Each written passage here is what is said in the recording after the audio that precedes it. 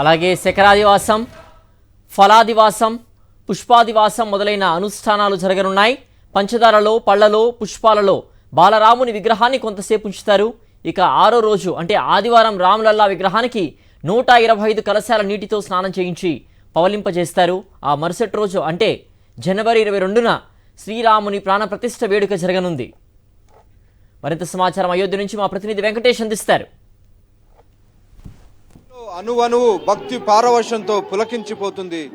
రామ్ లల్లాకు ప్రాణ ప్రతిష్ఠ జరగబోతుండడంతో అయోధ్యలో ఒక పండుగ వాతావరణం నెలకొంది. ప్రపంచం నలుమూలల నుంచి హిందువులు పెద్ద సంఖ్యలో తరలి వస్తున్నారు. ఇక్కడ ప్రతి అంశము ప్రతిదీ ఒక భక్తి పారవశ్యంతో మునిగిపోతుంది. రామ జన్మభూమి రోడ్డులో ప్రస్తుతం నేనున్నాను. రామ జన్మభూమి రోడ్డులో ఉన్నటువంటి ఈ మందిరం పర్యాటకులను, భక్తులను విశేషంగా ఆకర్షిస్తోంది. కృష్ణుడు రాధతో కలిసి ఊయల ఊగుతున్నట్టుగా ఏర్పాటు చేసినటువంటి ఈ మందిరం, అలాగే శ్రీ విష్ణు మహా అవతారాన్ని ఇక్కడ ఏర్పాటు చేశారు. ఈ విగ్రహం విశేషంగా ఆకర్షిస్తుంది. సో ఈ మందిరానికి సంబంధించినటువంటి విశేషాలను చెప్పేందుకు ప్రస్తుతం అంటున్నారు. ఈ మందిర్ కా విశేష క్యా హై? ये राधा कृष्ण मंदिर और विष्णु भगवान का विराट रूप मंदिर है और ये 1990 साल से बना है। दर्शन करने के लिए, यात्री के लिए बनाया रखा है और सब भगवान का स्वरूप है। ये विश्व रूप है। महाभारत में जो अर्जुन दिखाया था, अर्जुन को दिखाया था, वही रूप है। ये राधा कृष्ण झूला है। మహాభారతంలో ఉన్నటువంటి మహావిష్ణువు విశ్వరూపానికి ప్రతీకగా ఈ మందిరాన్ని తయారు చేశారు. రాధాకృష్ణులు భక్తి పారవశ్యంతో వారు ఊయలవుతున్నట్టుగా ఇక్కడ ఒక జూలాను కూడా ఏర్పాటు చేశారు. సో ఇందులో భక్తులంతా కూడా తమ కానుకలన్నిటిని కూడా సమర్పిస్తుంటారు. చాలా అత్యద్భుతంగా, అందంగా, సుందరంగా ఈ మందిరాన్ని తీర్చిదిద్దారు.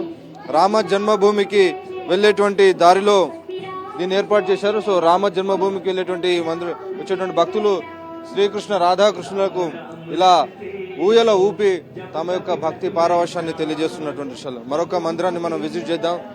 ఈ మందిరం దుర్గామాతకు సంబంధించినటువంటి మందిరం. సో ఇక్కడ పులిపై కూర్చున్నటువంటి దుర్గామాతకు సంబంధించినటువంటి మందిరాన్ని ఏర్పాటు చేశారు. సో ఈ మందిరం కూడా భక్తులను విశేషంగా ఆకర్షిస్తుంది. ఇక్కడ ఉన్నటువంటి పూజారులతో మాట్లాడదాం. మంచి ये इसका मंदिर का क्या है विशेषता? ये मंदिर बाबा ये तो 30 साल अभी बना है। 30 साल बहुत पुराना नहीं है। हम लोग का घर कलकत्ता है और हम लोग का नाम लालमोहन माइती।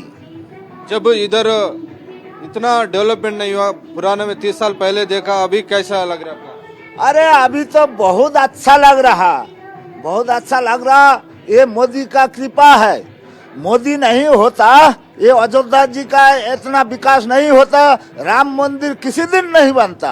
इतना दिन कांग्रेस राज किया, किसी दिन नाम निशाना नहीं लिया। आज स्वयं भगवान रूप में आए हैं वो मोदी जी।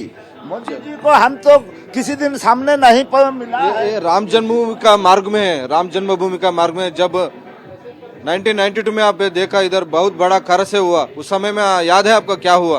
अरे उस समय जिस समय टूटा है बाबरी मस्जिद, उसी साल हम पहुंचे हैं। इसके पहले टूट गया मंदिर, बाबरी मस्जिद टूट गया, तो इसके बाद में आया, उसी साल आया हम। तो उसी साल आके महाराज जी से बात करके हनुमानगढ़ी से जगह लेके यहाँ मंदिर हम प्रतिष्ठा किया। సో దాదాపు 30 సంవత్సరాల నుంచి కూడా ఇది కొనసాగుతోంది. ఎక్కడైతే కరసేవ జరిగిందో ఆ ప్రాంతం నుంచి ఇక్కడ వీరు కొనసాగిస్తున్నారు. ఇక్కడ మరొక మందిరాన్ని ఏర్పాటు చేశారు.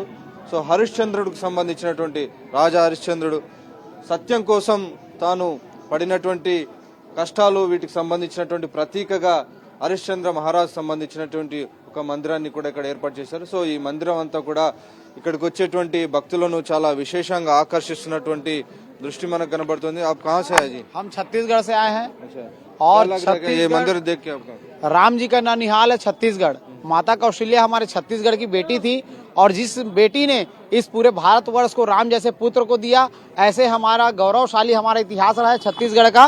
और हम हम छत्तीसगढ़ के हैं, इसलिए राम जी को भांजे के रूप में देखते हैं और अपने भांजे जी के ऐश्वर्य को देखने के लिए हम लोग यहाँ आए हुए हैं, बड़े हर्षित हैं। और यहाँ पर जो लोग ऐसा सोच रहे हैं कि हमें आमंत्रण मिला हम नहीं जाएंगे, उनकी मूर्खता है। अपने पापों को प्रायश्चित करने का अवसर एक ही है कि इस अवसर पर आ जाएं तो पाप की प्रायश्चित हो जाएंगे और हमारे प्रभु करुणा निधान है, सबको क्षमा कर देते हैं। जय जय श्री राम। సో మొత్తానికి భారతదేశంలో ప్రతి రాష్ట్రం ప్రతి అణువు కూడా రాముడితో ముడిపడి ఉంది. రాముడిని తమ బంధువుగా కొలుస్తుంటారు. అయోధ్యలో జన్మించినటువంటి రాముడు అనేక కష్ట నష్టాలు ఓర్చినటువంటి దృశ్యం మనం చూసాం. సో అటువంటి మర్యాద పురుషోత్తముడు తండ్రికి ఇచ్చినటువంటి మాటకు నిలబెట్టుకునేందుకు ఆయన చేసినటువంటి ఆయన జీవితంలో ఆయన పడినటువంటి కష్టాలు కానీ తన ఇచ్చినటువంటి మాట కోసం ఒకటే మాట ఒకటే బాణం అనేటువంటి తీరులో శ్రీరామచంద్రుడికి సంబంధించినటువంటి ఒక విగ్రహం ఆయన యొక్క చరిత్ర అంతా కూడా మనకు తెలియజేస్తుంది. దాంతోనే దేశంలో ఉన్నటువంటి ప్రతి రాష్ట్రం ప్రతి ఒక్కరు కూడా రాముడితో అనేక అనుబంధాలని రాముడి పేరును తమ పేరులో పెట్టుకొని వాటికి సంబంధించినటువంటి స్మృతులన్నింటిని కూడా ఆ చరిత్రనంతా ఎప్పటికప్పుడు గుర్తు చేసుకుంటున్నటువంటి ఒక ప్రతి కుటుంబం మనకు కనబడుతుంది. ప్రతి ఒక్కరి పేరులో కూడా రాముడికి సంబంధించినటువంటి పేరుతో అనేక కోట్లాది మంది ప్రజలను మనం చూస్తుంటాం. ఇది రాముడి మందిరం పక్కన ఉన్నటువంటి జై బజరంగ్ బలి మందిరం.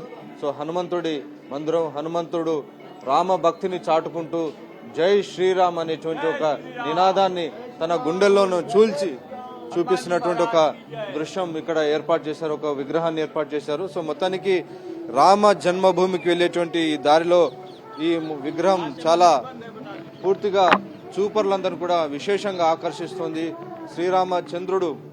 శ్రీరాముడు కొలువైనటువంటి అయోధ్య రామ జన్మభూమిలో ప్రతి క్షణం ప్రతి కణం కూడా ఇక్కడ ఉన్నటువంటి ప్రతి అణువు కూడా రామమయం అయిపోయింది. రామ పాదాలు తాకి రాయి అహల్యగా మారినటువంటి పరిస్థితి మనం చూసాం. అలాగే ఇక్కడ అయోధ్యలో రాముడు జన్మించినటువంటి అయోధ్యలో ఉండేటువంటి ప్రతి అణువు ప్రతి కణం కూడా రామమయంగా మారింది. అయోధ్యలో రామ జన్మభూమిలో దశాబ్దాలుగా టెంట్లో ఉన్నటువంటి బాలరాముడు తిరిగి ఈ నెల 22న ప్రాణ ప్రతిష్ఠ జరుగుతున్నటువంటి ఈ సందర్భంలో లక్షలాది మంది ఇక్కడికి తరలి వస్తున్నారు. భక్తులంతా కూడా తమ తమ భక్తి ప్రపత్తులను కూడా తమ ఆరాధ్య దైవమైనటువంటి మర్యాద పురుషోత్తముడు శ్రీరాముడిని కొలుస్తున్నారు. అయోధ్యాపురి నుంచి కెమెరామెన్ జబ్బర్ నాయక్తో వెంకటేష్, సాక్షి టీవీ.